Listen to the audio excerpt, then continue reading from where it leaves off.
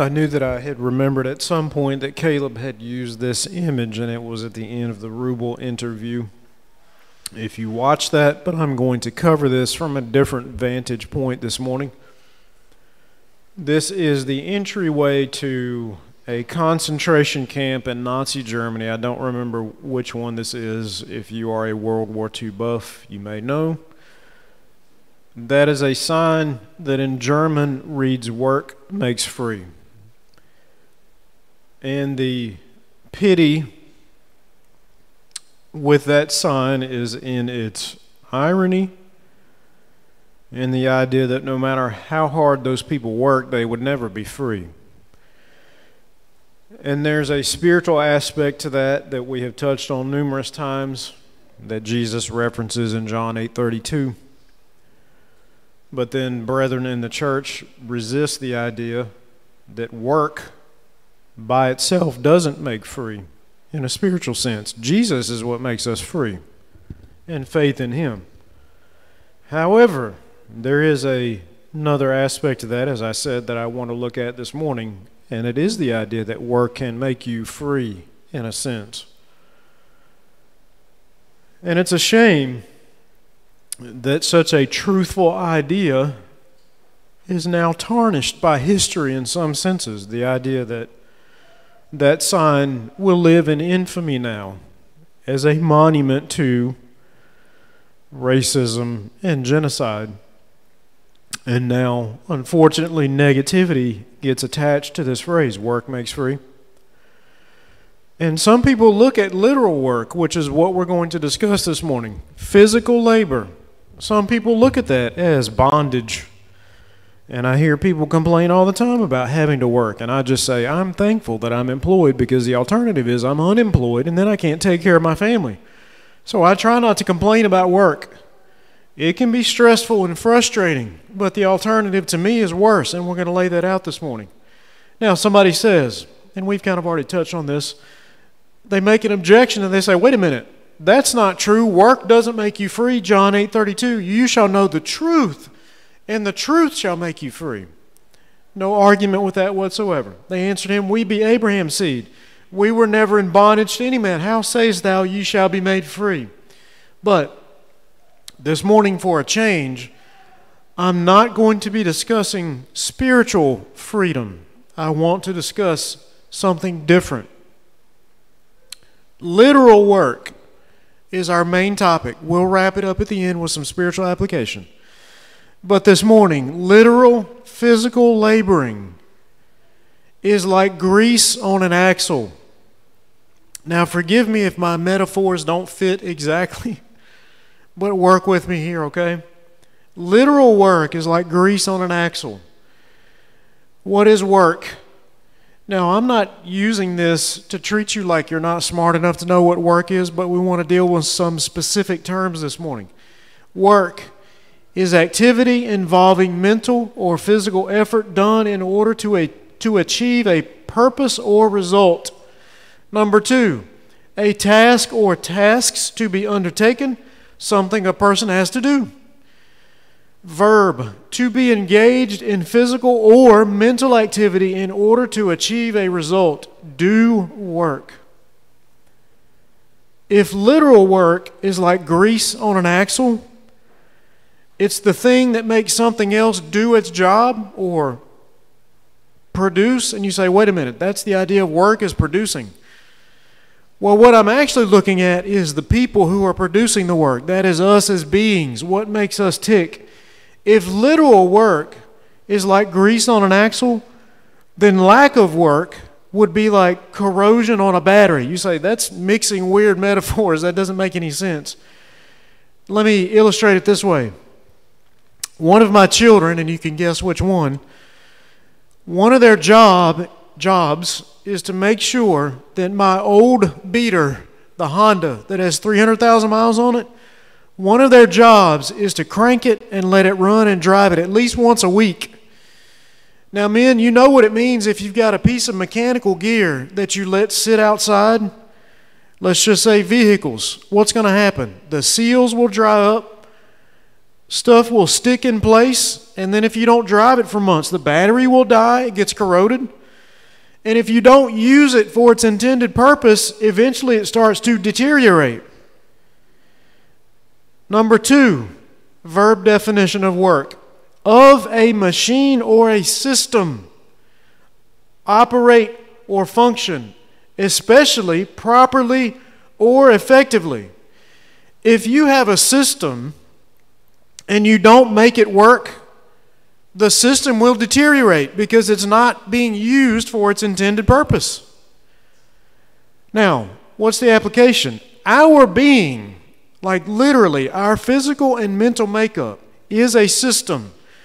We are a convergence of components that work together for a purpose. That's the definition of a system. I don't want to drown you with definitions. But I'm saying our actual makeup, your brain, you could say your spirit and your soul, your body, all work together all work together as a cohesive component that is fit for certain purposes. So, if that's the case, lack of work is like a corrosion on your being. If you're not using it for its intended purpose, guess what? It starts to deteriorate and manifest deficiencies and dysfunction. We were discussing, Caleb and I and Roger were discussing the concept of listening to a book. And Caleb says, I'm just not there yet. I have to read my books. I just can't listen to them. And Roger says, I think I'd get distracted. That is definitely a struggle for me. Michelle listens to books all the time, and she loves to digest books this way. Nevertheless, that's a side point.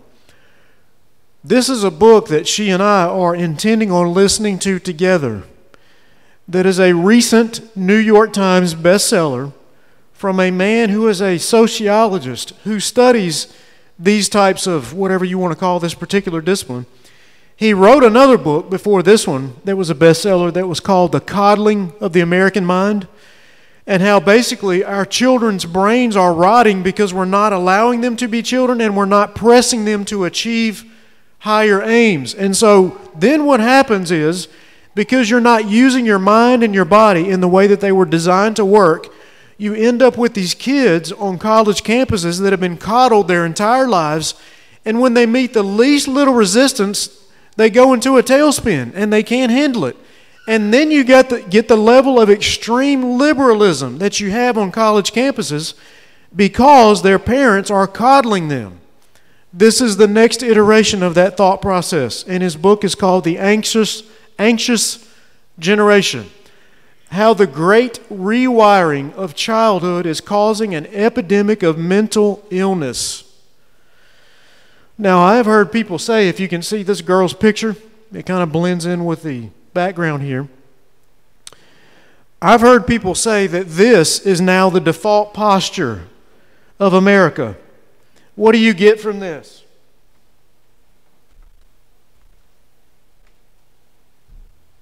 You're just wandering around aimlessly, and what do you not do? Look up. What does that mean? There is an entire world in your view that is within grasp, and you can make it yours and do what you want with it to a degree. Now, I wouldn't go so far that you can accomplish anything you set your mind to. I think that's maybe a little bit unrealistic. It's just never going to be the case that I'm going to be an astrophysicist. But I think you get my point. Kids and adults, the reason why kids end up this way is because adults do the same thing. You've got your head down looking at this slab in your hand. Meanwhile, there are living bodies in the same house with you, in the same general reach, proximity with you, that need care and attention. And we've all been sucked in, to some degree, not of our own doing. We've been sucked into these devices in a virtual world that sits in front of our face and sucks all the life and mental energy out of us. And now our children are suffering. Now, a few quotes, excerpts from this book that I've seen in the reviews. The author says, "My central claim in this book is that these two trends, overprotection in the real world," now that's going to tie into the idea of work, lack of work. We're basically protecting, we think, our children from having to do too much. Well, they're not ready for physical exertion. I don't want to stress them out with physical activity and expectations. He says that's really overprotection, and it's not doing them any service. Overprotection in the real world and underprotection in the virtual world are the major reasons why children born after 1995 became the anxious generation. And I can tell you it probably was before that, based on some other factors that he lays out in his previous book. He says this: people don't get easily depressed when they face threats collectively. They get depressed when they feel isolated, lonely, or useless. And you're looking at this device and you're not interacting with other people, and you don't build unit cohesivity with the populace. People don't get depressed when they face threats collectively. What's almost a guarantee in life? You're going to face threats and stress and resistance, and you can do it by yourself and get overwhelmed, or you can link up with a group of people and do it collectively and succeed. They don't get depressed. They get depressed when they feel isolated, lonely, or useless. And that's where the idea of work comes in. And we'll get to that in just a moment. What is the counteraction to the idea of uselessness and the feeling that comes with it? Stress would. I'd never heard this term before. This was a new one for me. Now, from what I have read, there is a different technical term for it. Reaction wood, I think, maybe is a different description of this. But it's the idea that when a tree, or maybe some bark-based plant, is faced with wind resistance, storm resistance, whatever, gravity resistance, and the tree tends to lean or bend, when you obtain a cross-section of the tree, you will find that the rings in the tree tend to lean to one side or the other as a reaction to the stress that the tree faces. And so that's like a adaptive process that's built in by design to this entity, stress wood. It's what the plant, the tree does to resist the stresses of its environment and survive. Stress wood is a perfect metaphor for children who also need to experience frequent stressors. And I'm saying it's just a natural inclination as a parent that you have to consciously resist. I don't want my child to deal with the same stresses that I did. Now, maybe in one sense, we don't want them to be incarcerated. We don't want them to be physically harmed by abusiveness, fighting with people, STDs, whatever. But you can take that to the opposite extreme and say, I need to protect my child from the same levels of stress that I've had to deal with in life. And granted, there is a balance there. You can overwhelm yourself with things, 1 Timothy 6. But in general, we can take it too far and say, I want to protect my child from stress. Impossible, number one. And number two, that in and of itself is not necessarily healthy. Who also need to experience frequent stressors in order to become strong adults. Here's my point this morning. We are, by design, designed to work and to play, but the focus this morning is working. In other words, this. It's more than just working. This is the underpinning idea that really people and children are being robbed of. In other words, the underpinning idea is that we all benefit from participating and interacting with the world around us. Now, I could basically take a sidetrack here and start to make some real heavy spiritual application. And the idea that we talk on a constant basis about how brethren will avoid things like door knocking because they just don't know how to do it. And generally they have been told, just do it and experiment and try it out. And they say, well, I don't know what to do. And that's just an excuse to some degree to refuse to participate and interact with the spiritual world. Now we're saying, we're making physical application with that this morning. The underlying idea, what children and people need, is to participate and interact with the world around us because you live in it. Now our scripture reading this morning. Thank you, Matt, for reading. Proverbs 22:13. The slothful man. And there is a host of passages that we will look at as we move along this morning. that deal with this idea. Solomon, in his wisdom, lived with lazy people. And he had several things to say about it. The slothful man says, there is a lion without. I shall be slain in the streets. That's back to this exact same idea.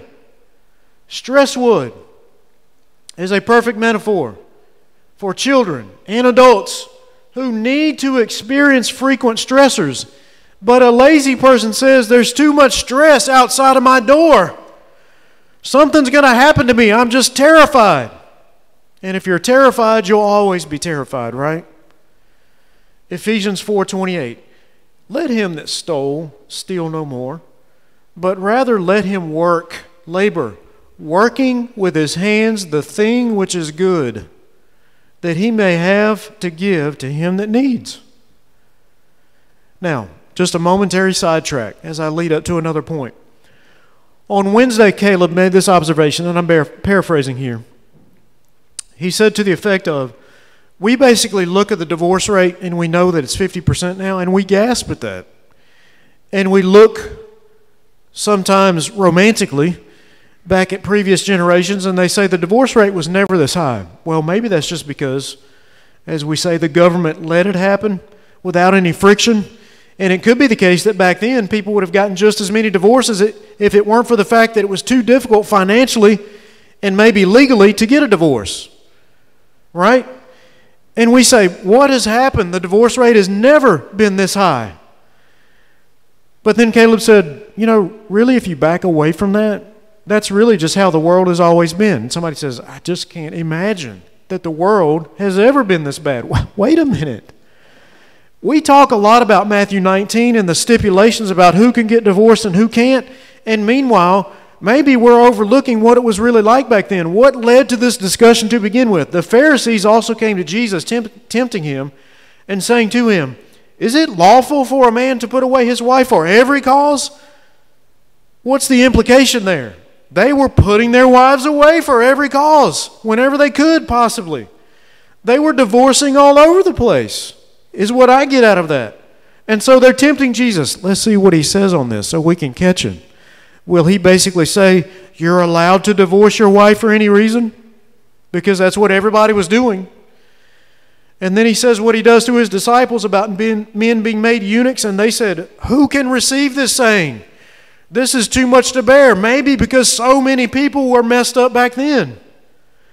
He said unto them, Moses, because of the hardness of your hearts, allowed you to put away your wives, but from the beginning it was not so. Now, you say, what does that have to do with work? If marriage was important because it was from the beginning, let me read that again.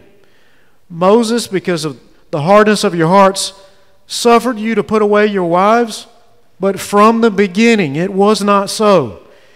If marriage, in Jesus' telling, is the prime institution when it comes to a man and a woman, aside from the church, if that marriage was important because it was from the beginning, does that make sense? Then so is this. If marriage is important because it was in the beginning, what else can be important because it was in the beginning?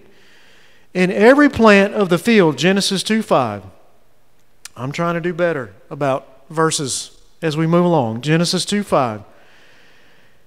I'll have to use that in just a moment. In every plant of the field before it was in the earth, and every herb of the field before it grew. Let me start over. And every plant of the field before it was in the earth, and every herb of the field before it grew, for the Lord had not caused it to rain upon the earth, and there was not a man to till the ground. So it's almost like God designed the globe with the express intended purpose that it's going to have to be worked. And we've talked about this before.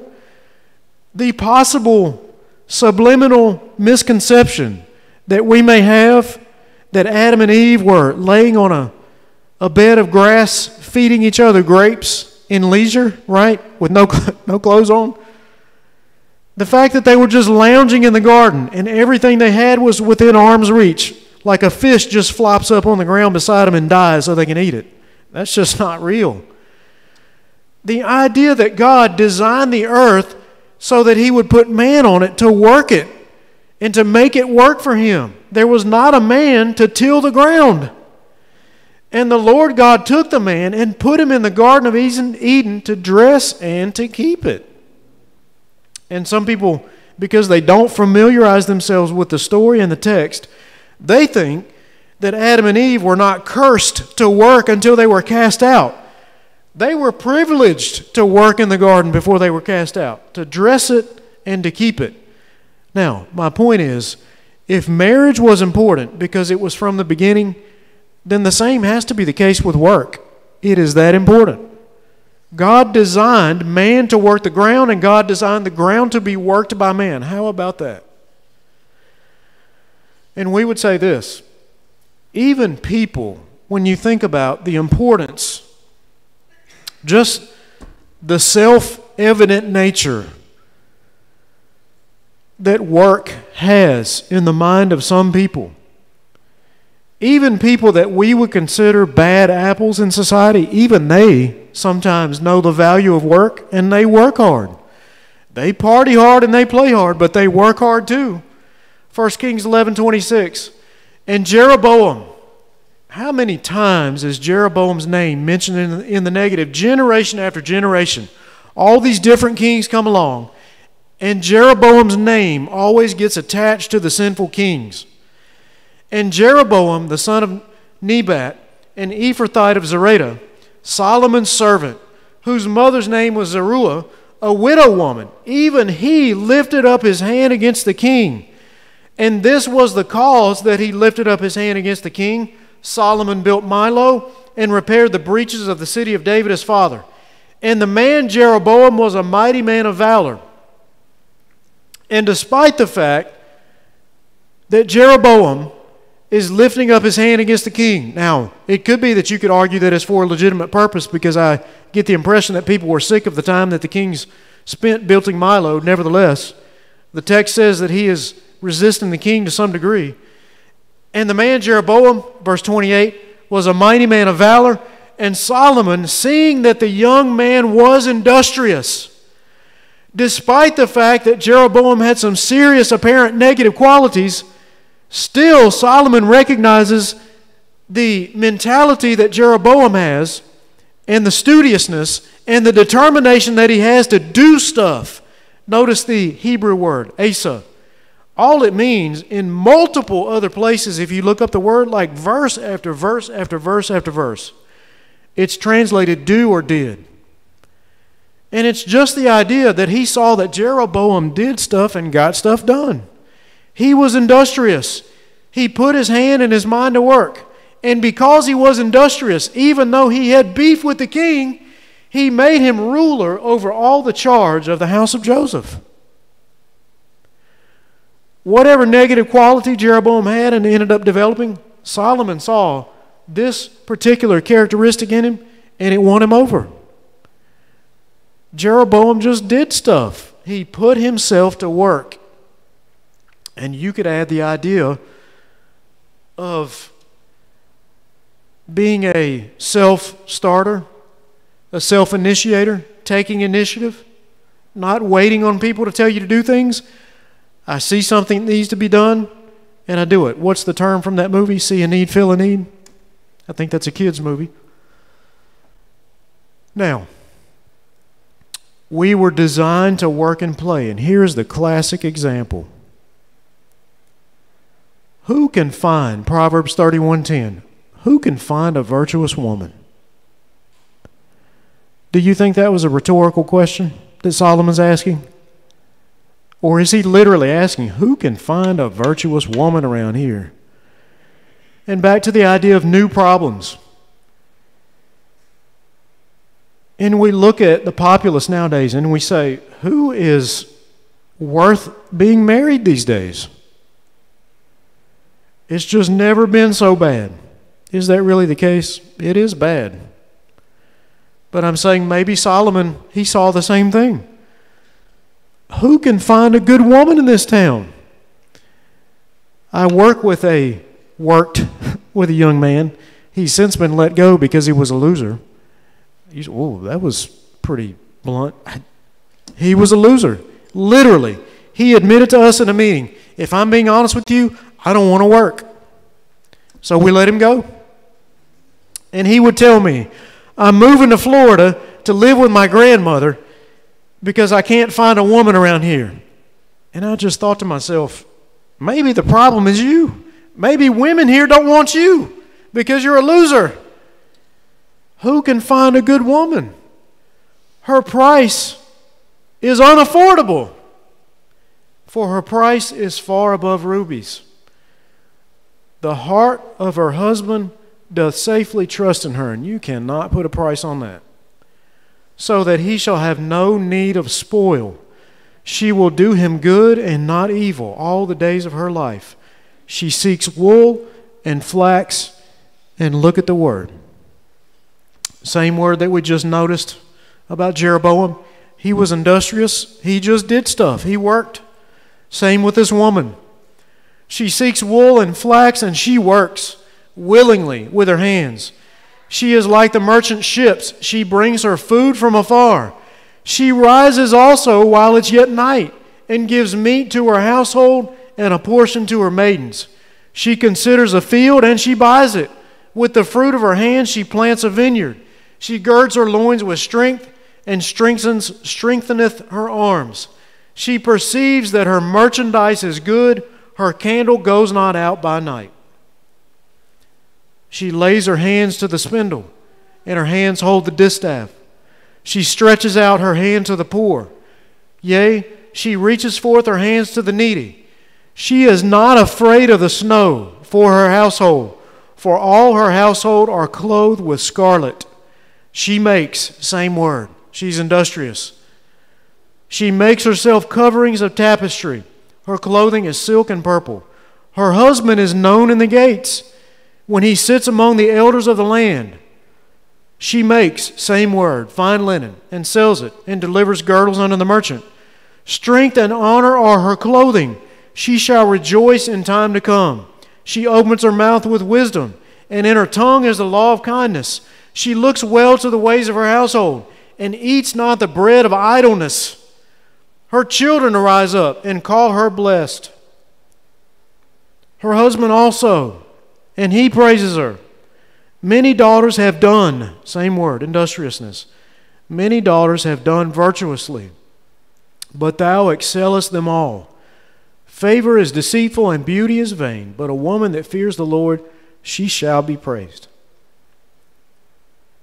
Now, that's the classic example. And it's not a man. Of a person that understands the value of working. And by contrast, Solomon again, he erased the future of a lazy person. How long will you sleep, sluggard? When will you rise up out of your sleep? Yet a little sleep, a little slumber, a little folding of the hands to sleep.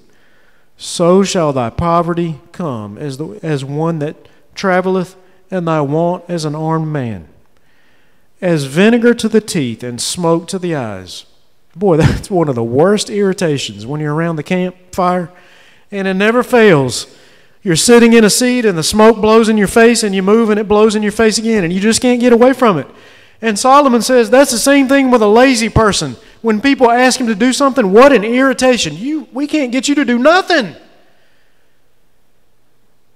The soul of the sluggard, Proverbs 13:4, the soul of the sluggard desires and has nothing, but the soul of the diligent shall be made fat.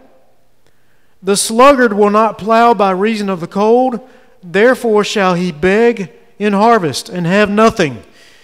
And you would say, well, wait a minute, where are his neighbors at? Shouldn't they help him? I would think they would say, you didn't work, you don't eat. 1 Timothy 5. Sorry, 2 Thessalonians 3, right? 1 Timothy 5:8 as well. Infidel, not taking care of his family. Proverbs 12:24. The hand of the diligent shall bear rule, but the slothful shall be under tribute. The slothful man roasts not that which he took in hunting, but the substance of a diligent man is precious. The way of the slothful man is a hedge of thorns, but the way of the righteous man is made plain. He also that is slothful in his work is brother to him that is a great waster. A slothful man hides his hand in his bosom and will not so much as bring it to his mouth again. You say, that's a bit of an exaggeration. Surely a man who is lazy would at least feed himself. I can tell you literally, I know someone that is the case. So lazy, he wouldn't even get up to eat. The desire of the slothful kills him, for his hands refuse to labor. The slothful man says, there is a lion without, I shall be slain in the streets. I went by the field of the slothful, and by the vineyard of the man void of understanding, and lo, it was all grown over with thorns, and nettles had covered the face thereof, and the stone wall thereof was broken down. Then I saw and considered it well. I looked upon it and received instruction. Some people, they can teach you by doing nothing. Would you have imagined that? The slothful man says, there is a lion in the way, a lion is in the streets. As the door turns upon his hinges, so the slothful upon his bed. The slothful hides his hand in his bosom, and it grieves him to bring again to his mouth. Here's the point. Do you remember earlier when we read the excerpt from the book, The Anxious Generation? And he basically said, people are depressed when they don't work collectively together to face threats, and they get depressed when they're isolated, lonely, and useless. Here's one of the antidotes to that. Work is what our body and our mind is designed for, and work does this for you. It doesn't just make you tired. It's good for your self-esteem. This is literally a summary of all the stuff that we just read. It's good for your self-esteem. It's good for your reputation. It's good for your relationships. It's good for your mental health. It's good for your physical well-being. It's good for your stomach. And finally, it's good for your bank account. People work and work and work to make money and piles of it. And meanwhile, all of this stuff is even better than that. That's what he says about the virtuous woman. All of this stuff is priceless. And in the end, her husband and her children call her blessed. They trust in her, and they depend on her. And that's priceless. More than what you put in your bank account. Self-esteem, reputation, relationship, mental health, your physical well-being, and your stomach. This past week, it was really weird. We got to work, and there are dumpsters in the office parking lot with a fence around it. There's like 30 buzzards perched on that fence. And I went for a run and ran right by them, and they just sat there looking at me. Not a care in the world. And they hung around for like 2 or 3 days. And then at some point I crossed the trestle bridge that used to be a train track, and it has like a big metal piece over the top. And they were perched on top, just looking at people as they walked beneath. And I told somebody at work, they were just baffled by the fact that those buzzards were hanging out in the parking lot. I said, I guess they're just waiting on somebody to die. I don't know. And I said, you know, buzzards are nasty birds, but they serve a very valuable purpose. All the refuse, the roadkill, the nasty stuff that nothing else will touch, the buzzards take care of it naturally. That's just what they do. That's their work. And everything has a working purpose. Proverbs 6:6, go to the ant, sluggard, consider her ways and be wise, which, having no guide, no overseer or ruler, provides her meat in the summer and gathers her food in the harvest. Matthew 24:28, for wheresoever the carcass is, that's the eagles and the vulture, wheresoever the carcass is, there will the eagles be gathered together. Now somebody says, that's not what that means. I recognize he's talking about the Roman army, but I'm saying the metaphor still fits. You know, when you see buzzards, not all the time, people say when you see buzzards circling overhead, that means there's roadkill down below. Not necessarily. They could just be out relaxing and playing on the updraft. But my point is, in general, you know that when you see a carcass on the side of the road, eventually buzzards will show up and they'll pick it clean, and nobody has to worry about it because that's their job. And they don't have to be told, that's your job. If you grew up in the 80s, do you remember this? Is this too new for you, Caleb? Have you ever seen these commercials? You remember it? Milk, it does a body good, and you say, that's pure 80s. Who needs a public service announcement for milk? Seriously? How about this one? Work. It does a body good, and a mind, and a soul. Now the spiritual application. What spiritual work do you do? Romans 16:6. Greet Mary, who bestowed much labor on us. Salute Tryphena and Tryphosa, and I'm not sure if those are men's names or women's names, regardless, who labor in the Lord. Salute the beloved Persis, which labored much in the Lord. 1 Corinthians 3:8. Now he that plants and he that waters are one, and every man shall receive his own reward according to his own labor. 1 Corinthians 4:12. And labor, working with our hands, being reviled, we bless, being persecuted, we suffer it. 1 Timothy 5:17. Let the elders that rule well be counted worthy of double honor, especially they who labor in word and doctrine. Hebrews 4:11.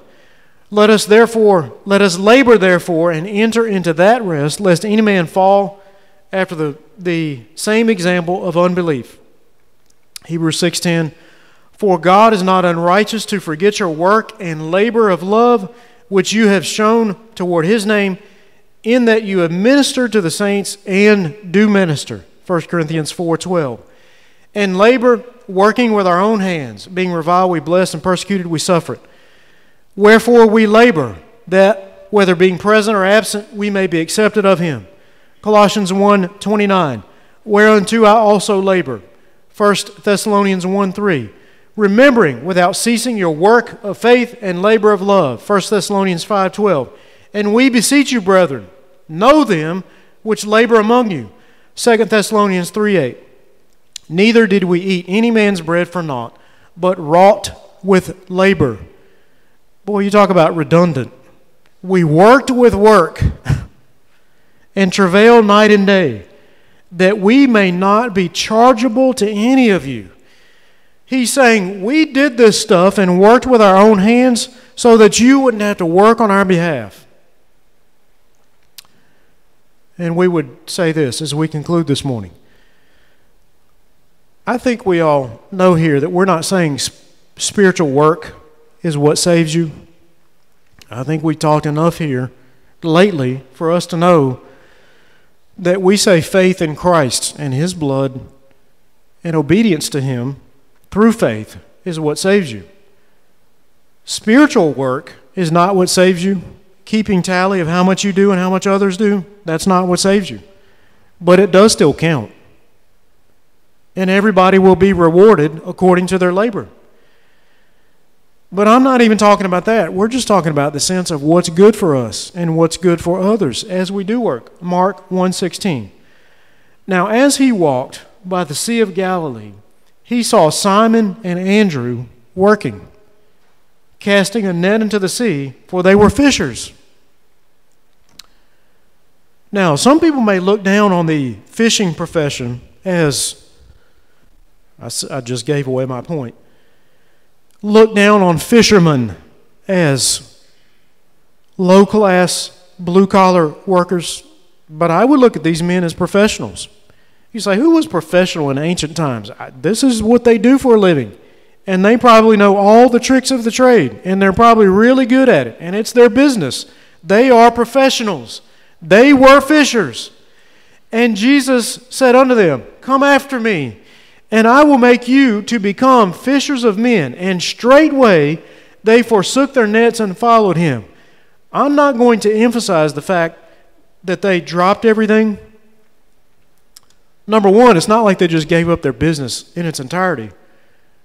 They recognize this is possibly who John was talking about. And when he beckons to them, they say, okay, we're done for the day.